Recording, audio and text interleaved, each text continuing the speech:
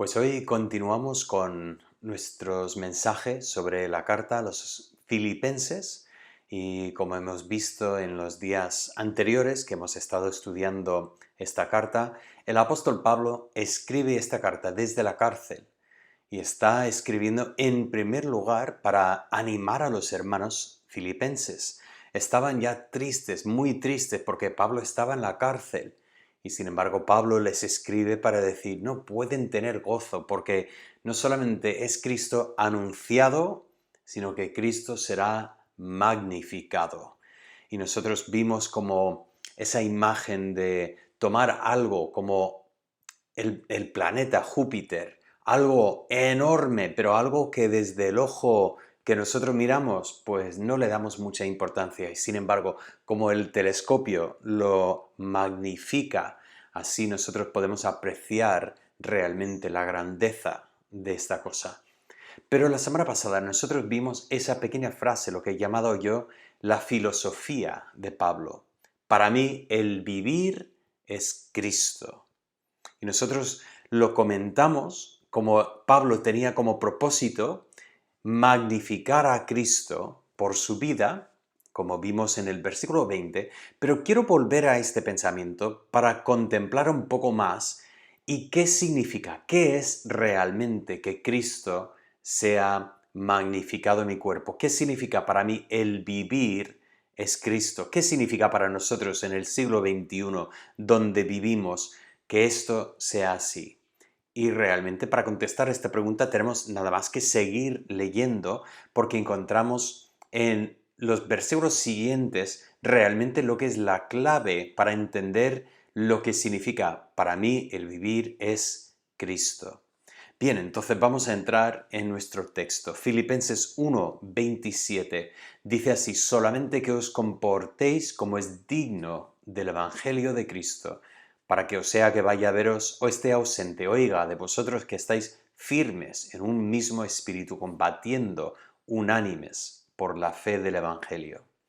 Este texto es un texto precioso para nosotros, para comprender realmente lo que Pablo quiere decir con este pensamiento de, para mí el vivir es Cristo. Que nos comportemos como es digno del Evangelio. Yo diría que incluso este texto, este versículo, realmente es la semilla del libro entero. O sea, toda la carta crece y se conecta con esa pequeña frase, comportamiento digno del Evangelio. Bien, entonces vamos a arrancar ahí mismo. ¿Qué significa esa frase de que el comportamiento del cristiano debe ser digno del Evangelio de Cristo? Pues para contestar eso tenemos que comprender un poco el pensamiento de lo que es eso de ser digno de. Y para ilustrarlo, pues me gustaría empezar con ese pensamiento de una expectativa. Siempre se crea primeramente una expectativa. Para que algo sea digno, primeramente hay una expectativa. Por lo tanto, básicamente tenemos una comparación. Cualquier realidad que se compara de forma favorable con esa expectativa, he puesto aquí realidad A. Si supera lo que es la expectativa, entonces pues estamos contentos, estamos felices. Pero al compararlo con la expectativa, si la realidad cae corto, pues ahí entramos en lo que nosotros llamaríamos la decepción. Ese momento en que creías que ibas a tener más y no ha llegado a ser lo que realmente esperabas. Pues estaba pensando en qué podría decir para ilustrar esto y me vino a la mente pues algo que me pasó hace muchísimos años. Estaba pues igual tenía 16, 17 años, nos fuimos en un viaje a la ciudad de Nueva York y allí en la calle pues se nos acercó un chico y nos ofreció pues un reloj. Un reloj parecido a ese reloj que ves en pantalla. Si lo miras bien, notarás que es una marca muy conocida, la marca Rolex. Bueno, se nos acercó un chico en la calle y dice, mira, si queréis un reloj, mira, yo tengo un Rolex, $5. Por $5 comprar un Rolex. Cada Rolex, pues mira, tienes que pagar pues cientos de dólares, por no decir miles en algunos casos. Pues un Rolex por solo $5, pues podrías imaginar quizás que era un reloj robado, pero no lo era. No era un reloj robado, más que nada era un reloj que seguramente se había hecho pues en otro país y venía con el nombre Rolex, pero te prometo que no era un Rolex. Bueno, mi amigo se compró el Rolex por $5. Estaba tan contento, pues orgulloso de su Rolex, y ahí iba enseñándolo a todos los que no habían estado con nosotros. Mira, mira, mira, mira el Rolex que he comprado. Y nos hizo mucha gracia porque llega y lo muestra a una persona y la persona lo mira y dice, sí, bonito, pero ¿no se supone que deberían moverse las agujas del reloj? Y el chico lo mira otra vez. Digo, ¿será posible? Ahora, cuando dices que compras un Rolex, tengo un Rolex, hay cierta expectativa en tu mente. La expectativa es que tienes un reloj que te va a funcionar durante horas, no, años. O sea, de aquí a 20 años todavía tú llevas el Rolex, porque es un Rolex, es una pieza de maquinaria complicada, compleja, que está bien hecha. Y sin embargo, lo que él se compró no llegaba a las expectativas. No funcionaba como uno esperaría que funcionaría un Rolex. Y quería usar esa imagen para dar la impresión de lo que Pablo nos está diciendo cuando habla del comportamiento del cristiano. Veis que habla de andar de una manera que es digna del Evangelio de Cristo. O sea, cuando tú piensas en que Cristo nos ha salvado, eso crea una expectativa. Y entonces, tu vida realmente llega al alcance de lo que esperarías en base de lo que uno ha experimentado. Pues Pablo está animando a los filipenses a realmente dejar que Cristo haga esta obra en sus corazones. Y quiero aclarar, quiero decirlo muy claramente, no estoy hablando de poner una fachada, de actuar como si fueras un cristiano. No digo esto para nada, todo lo contrario. Es imposible que nosotros nos comportamos de una manera que es digna del Evangelio de Cristo si es que no hemos conocido el Evangelio de Cristo. Y si hemos conocido el Evangelio de Cristo, lo que realmente produce una vida digna del Evangelio es el mismo Evangelio, es permitir que el Espíritu Santo haga esta obra en nuestros corazones. Esto es lo que Pablo está diciendo.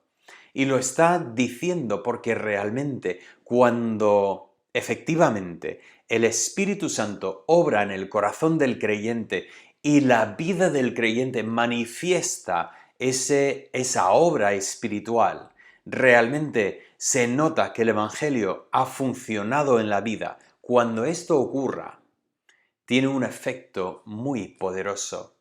Pablo comenta este efecto y dice, mira, el efecto va a ser que aunque esté ausente, ahora Pablo imagina que, ¿y si me dejan aquí en la cárcel más tiempo?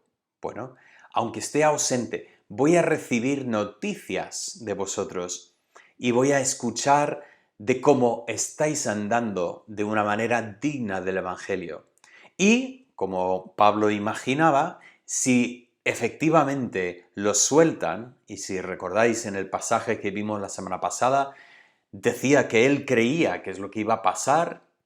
Él dice, si estoy presente con vosotros, lo voy a ver con mis ojos. ¿Y cuál sería el efecto? El efecto sería completar su gozo, llenarle con gozo, llegar a iluminarle el gozo del Señor, viendo cómo ellos estaban andando de una manera digna del Evangelio. Así que empezamos con este pensamiento porque es sumamente importante. Este realmente es la manera en que nosotros vivimos, si es que decimos para mí el vivir es Cristo. ¿Qué significa esto? Pues significa que nuestra meta es magnificar a Cristo. ¿Y cómo magnificamos a Cristo? Pues magnificamos a Cristo viviendo, comportándonos de una manera que es digna del Evangelio, dejando que el Evangelio produzca ese fruto en nuestras vidas, dejando que el Espíritu Santo llene nuestras vidas no solamente con convicción sobre el pecado, sino también con el fruto espiritual que vemos, por ejemplo, en Gálatas. Así que empezamos con este pensamiento, el comportamiento del cristiano. Pero vamos a continuar porque Pablo va a coger este pensamiento y lo va a aplicar de una manera muy específica. O sea, podemos hacer esta pregunta: ¿en qué sentido debían comportarse dignos del Evangelio?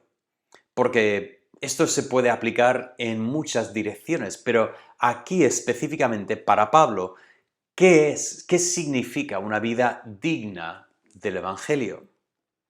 Pues volvemos a este pasaje. Pablo dice: solamente que os comportéis como es digno del Evangelio de Cristo, para que, o sea, que vaya a veros o que esté ausente, oiga de vosotros que, y aquí viene el pensamiento, que estáis firmes en un mismo espíritu, combatiendo unánimes por la fe del Evangelio.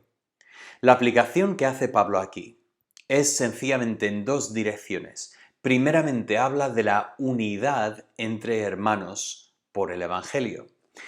Esto es un tema que es muy importante para Pablo. Pablo lo tratará en otras epístolas también. En Corinto, pues estaban con sus peleas en la iglesia. Yo de Pablo, yo de Apolos, yo de Pedro, yo de Cristo. Y Pablo trata la necesidad de tener esa unidad en la iglesia. Y aquí, en esta carta, es un tema muy importante, un tema que Pablo incluso aquí siente la necesidad de describir de una manera muy clara. Dice aquí: firmes en un mismo espíritu. Ese pensamiento de estar firmes. La idea es literalmente estar plantado, o sea, tener los pies firmes, cimentados sobre el suelo, para que nadie nos pueda mover de allí. En un mismo espíritu. O sea, esa unidad espiritual que debería caracterizar la iglesia. Pero Pablo no lo deja allí. En el versículo 2 del capítulo 2, él usa otra frase. Él habla de sintiendo lo mismo. Ahora, esa palabra que se traduce sintiendo es literalmente la palabra pensando lo mismo. Casi parece imposible, ¿no? ¿Cómo podría un grupo de personas pensar lo mismo?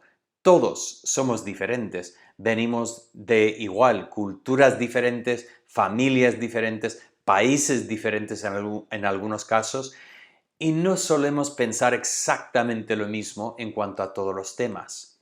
¿Qué pasa con Pablo aquí? ¿Está pidiendo algo iluso, algo irreal? La respuesta es que no. La respuesta es que el cristiano debe tener una unidad de pensamiento porque su pensamiento debe estar formado por la palabra de Dios. Cuando dejamos que la palabra de Dios realmente sea lo que ilumine nuestro pensamiento, lo que guía nuestro pensamiento, entonces empezamos a sentir esta unión con otros hermanos en que empezamos a pensar de la misma manera. Pablo continúa y habla de tener el mismo amor. Ese amor que hemos experimentado, nosotros también sentimos y tenemos ese mismo amor entre los hermanos. Pablo incluso dice unánimes. Ese pensamiento también vuelve a ese concepto de esa parte inmaterial del ser humano y esa unión espiritual que sentimos con otros, que nosotros sentimos que pertenecemos a la misma familia. Y finalmente dice Pablo, sintiendo una misma cosa. Casi tengo la sensación de que Pablo está intentando buscar otras maneras de decir lo mismo y llega el momento en que no puede pensar en otra manera de decirlo, ya lo ha dicho todo. O sea, tenemos ese gran tema de la unidad entre los hermanos. Y como conforme seguimos leyendo en Filipenses encontramos que en la iglesia, por ejemplo, había dos mujeres que no podían hablar entre sí. Es triste que pase eso en una iglesia, pero pasa, ocurre, y Pablo está animando a los hermanos a andar de una manera digna del Señor, teniendo ese tipo de unidad entre ellos. Ahora, el otro tema que saca aquí, he puesto aquí valor y unidad, porque también vemos la unidad aquí, ante los enemigos del Evangelio. Y hoy no quiero entrar en ese tema porque volveremos a esta frase cuando Pablo introduce y trata el tema más adelante. Ahora se queda con el primer tema y va a tratar ese tema. Así que vamos a entrar en ese primer tema. Así que, ¿qué es lo que nos dice Pablo? ¿Cómo podemos tener esa unidad en la iglesia? ¿Cómo podemos tener ese tipo de cohesión en la iglesia en que no hay peleas? Más bien, realmente estamos andando de una manera digna del Evangelio. Y creo que está claro en estos momentos, ¿no? Que si empezamos a no hacer esto, si empezamos a tener esas pequeñas peleas, envidias, palabras críticas en la iglesia, desde luego eso no es digno del Evangelio. Entonces, ¿cómo podemos conseguir eso? Bueno, Pablo nos da realmente lo que entiendo que son 3 consejos para nosotros. Empiezo primeramente con el consejo que debemos recordar la base de la unidad. Cuando miramos el pasaje, Pablo lo dice de una manera muy clara. Ahora, lo dice en un tipo de pensamiento que igual nos puede costar un poco para entender, porque lo vemos aquí y empieza como una condición. Él hace como si fuera una pregunta. Ahora, si hay algún consuelo en Cristo. Ahora, esto no está hecho para cuestionar si hay algún consuelo en Cristo. Más bien, está Pablo definitivamente diciendo, sé que hay algún consuelo en Cristo. Incluso podríamos traducir, puesto que o ya que hay consuelo en Cristo. Y desde luego hay un gran consuelo en Cristo. Entendemos que fuera de Cristo no hay ninguna consolación. Fuera de Cristo no hay salvación. Fuera de Cristo solo hay condenación. Somos pecadores y merecemos la ira santa de un Dios santo. Pero en Cristo hay una consolación, que Cristo sufrió la paga del pecado. La paga del pecado es muerte y Cristo sufrió muerte en nuestro lugar. Por lo tanto, hay consuelo en Cristo. El versículo sigue y dice no solamente consuelo en Cristo, continúa y dice, si hay algún consuelo de amor, ese pensamiento del consuelo de amor. Claro que hay consuelo en amor. La verdad que sentimos el amor nos da una gran consolación. Aquí entiendo que está hablando del amor de Dios. Y por supuesto, el hecho de que Dios nos amara de tal forma que enviara a su Hijo unigénito para que todo aquel que en Él crea no se pierda, mas tenga vida eterna, es un gran consuelo para nosotros. ¿Y luego qué dice a continuación? Consuelo en Cristo, consolación en Cristo, consuelo en el amor, y entiendo en el amor del Padre para con nosotros. ¿A dónde va a continuación? Habla de la comunión del Espíritu. Aquí entiendo que Pablo hace un pensamiento trinitario. Habla de Cristo, el Padre y el Espíritu Santo.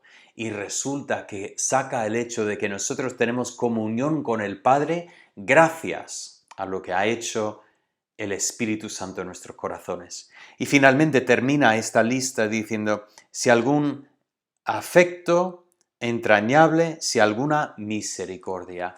Todas son palabras que tienen un gran significado teológico. Todo nos lleva a hablar de nuestra salvación. Pablo nos está haciendo repasar nuestra salvación. porque es importante que recordemos que la base de nuestra unidad es la obra espiritual que nosotros tenemos en común gracias a Cristo. O sea, volviendo a lo que dije antes, todos somos de familias distintas, de maneras de pensar diferente, de barrios diferentes, algunos de países diferentes, y podemos tener nuestras diferencias entre nosotros, pero cuando llega a lo que es la base de la unidad en la iglesia, la base se encuentra en nuestra salvación. Y Pablo empieza aquí porque este es el ámbito en que nosotros podemos gozar de esta unidad en la iglesia. En segundo lugar, Pablo nos está dando un consejo para evitar el gran enemigo de la unidad. ¿Cuál es el gran enemigo de la unidad? El orgullo. Pablo aquí habla de no hacer nada por contienda ni por vanagloria. Esa palabra contienda realmente significaba en el uso del griego, pues significaba incluso un mercenario, uno que luchaba por pago, o sea, porque le pagaban. Ese pensamiento de uno que tiene conflicto, uno que está en pelea con los demás. He puesto aquí una pequeña frase para describir eso. Conflicto tiene que ver con los que intentan rebajar a todo el mundo alrededor de ellos. Ellos siempre tienen que empujar a los demás hacia abajo, siempre tienen que dominar sobre los demás. Ahora, no estoy hablando necesariamente físicamente, más bien esto ocurre pues de manera continua. Hay muchas veces que pasa esto. Empiezas a contar algo que te ha pasado y alguien enseguida te corta y dice, eso no es nada, eso no tiene importancia, mira, yo una vez que... Es que lo hacemos incluso nosotros sin darnos cuenta. Qué pena cuando lo hacemos.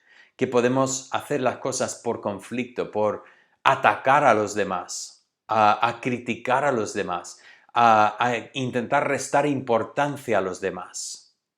Y luego Pablo dice, no lo hagas ni por conflicto ni por vanagloria. Qué buena palabra esa de vanagloria, porque gloriarse en sí mismo es efectivamente totalmente vano. Ese pensamiento de vanagloria tiene que ver con esa tendencia que tenemos de intentar elevarnos a nosotros mismos por encima de los demás. O sea, estáis cogiendo la imagen, ¿no? Por un lado, empiezas a rebajar a todo lo demás, y luego intentas subirte a ti mismo para que te quedes un poco mejor. Ese es el pensamiento que Pablo dice, no, esto es demasiado común. Esto ocurre por todos sitios. Esto es, digamos, lo que tenemos por defecto. Nacemos así, haciendo esto. Nadie nos tiene que enseñar a hacer esto. Lo hacemos automáticamente. Y Pablo dice, cuidado, así nunca vamos a llegar a la unidad. No lo hagas por conflicto y vanagloria. La próxima vez que te encuentras ahí cortando a una persona, restándole importancia, sintiendo que tienes que sacar a relucir algo de ti mismo, eso no es el camino para llegar a lo que Dios nos manda aquí. ¿Y cuál es el último consejo? Lo he puesto en estas palabras, fomentar la mentalidad correcta. ¿Cuál es la mentalidad correcta? Pues es lo opuesto del orgullo, es la humildad.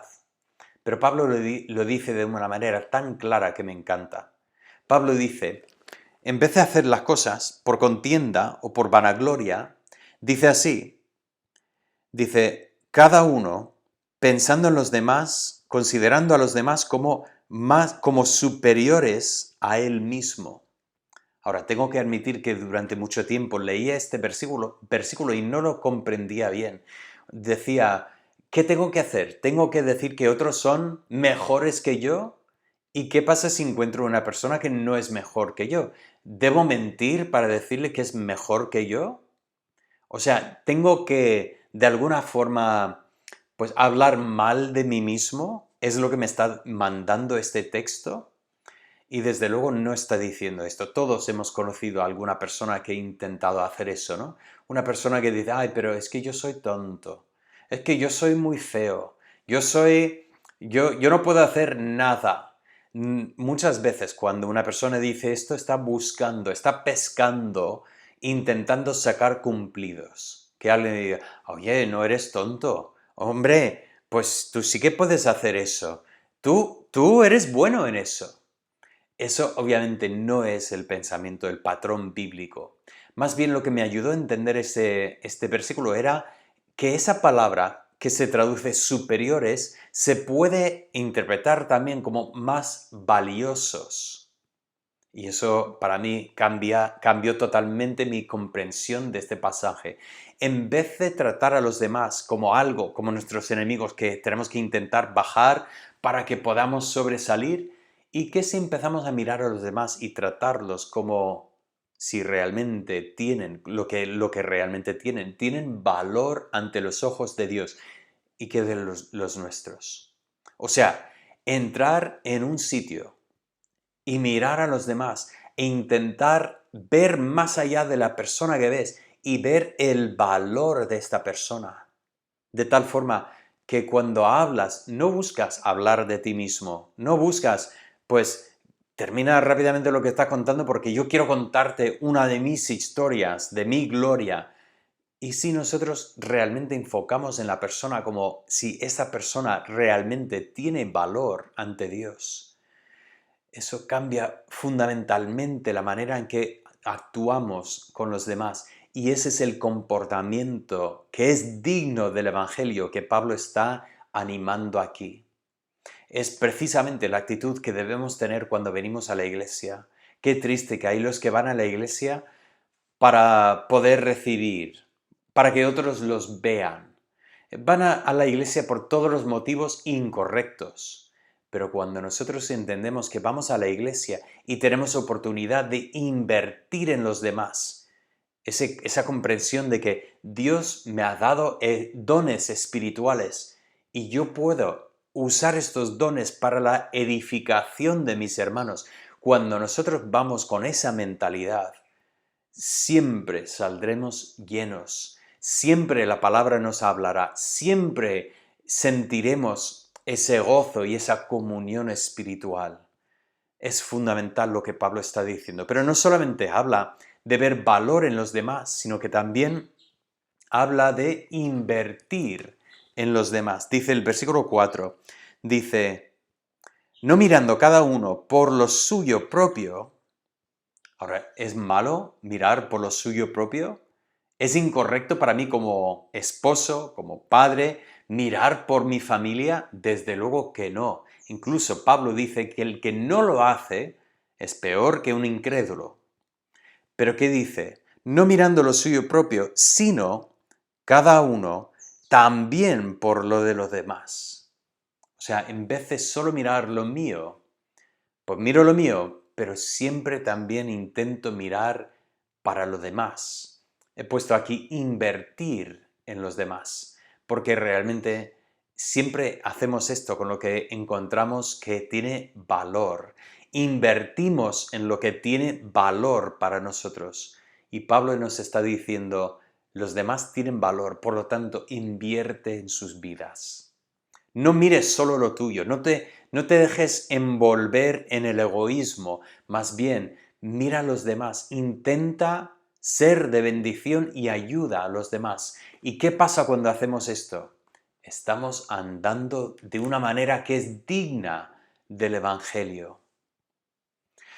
Nosotros en este mensaje estamos intentando entender mejor lo que significa para mí el vivir es Cristo. No significa retirarse de la sociedad, ir a una cueva y no hablar con nadie. Significa realmente invertir en los demás. Significa entender que si el Evangelio de Cristo me ha cambiado, tengo un propósito, quiero usar mi vida para Cristo, y voy a invertir en las personas que Dios ha puesto en mi vida.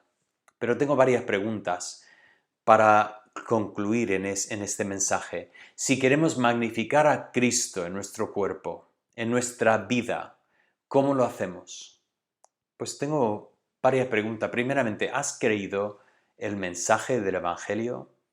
Es sumamente importante hacer esta pregunta, porque si no has creído en el mensaje del Evangelio, si todavía no has experimentado ese cambio que viene con la salvación, pues todo lo que he dicho es imposible. Jamás podrás andar de una manera digna del Evangelio de Cristo si es que no has conocido el Evangelio de Cristo.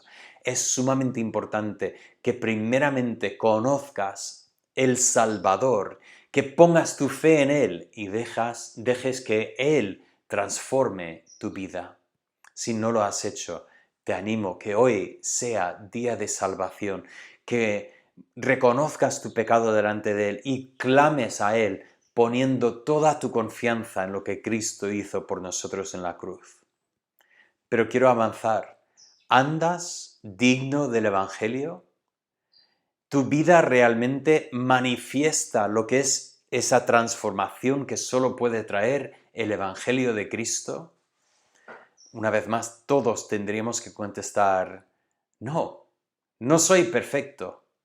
Pero pregunto esto, ¿andas más digno del mensaje del Evangelio hoy que hace 5 años? ¿O de hace 10 años? ¿O de hace 20 años? Porque debe haber un cambio constante en nuestra vida. Nuestra vida debe ir cambiando cada vez más. Igual hay cosas en tu vida que sabes que Dios no quiere ahí. Sabes que Dios está diciendo, esto debe desaparecer de tu vida. Debes entregar estas cosas a Dios, dejar que Él siga transformándote. Igual, cuando he estado hablando de esto, has estado pensando, efectivamente, creo que hay cosas que estoy haciendo que no es digno del Evangelio para nada. ¿Por qué vas a guardar esas cosas en tu vida? Entrégalas y deja que realmente el Espíritu Santo te siga limpiando y cambiando.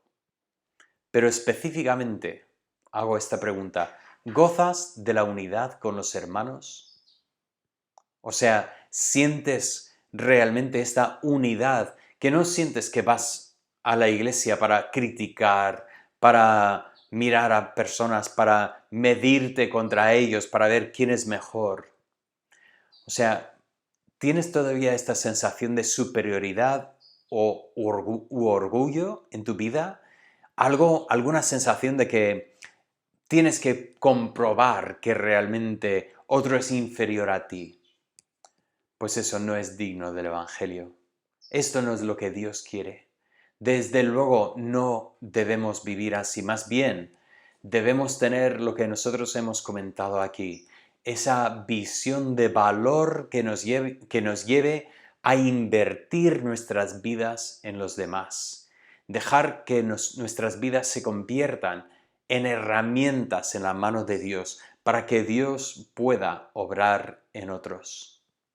Así que tenemos un mensaje aquí que, como muchas veces vemos en la Biblia, no es un mensaje fácil, pero es un mensaje muy sencillo. Es un mensaje de que Dios puede hacer que nosotros andemos de una manera digna del Evangelio. Y te pregunto, ¿realmente andas digno del Evangelio? Vamos al Señor en oración. Padre Santo, damos gracias por tu palabra y Padre, queremos que nuestra vida sea digna de ti. Y pedimos por favor que tu Espíritu Santo siga transformándonos. Y Padre, si alguien está escuchando este mensaje que todavía no te conoce, pido por favor que abra sus ojos para que comprenda su necesidad y confíe en Cristo. En el nombre de Cristo lo pido. Amén.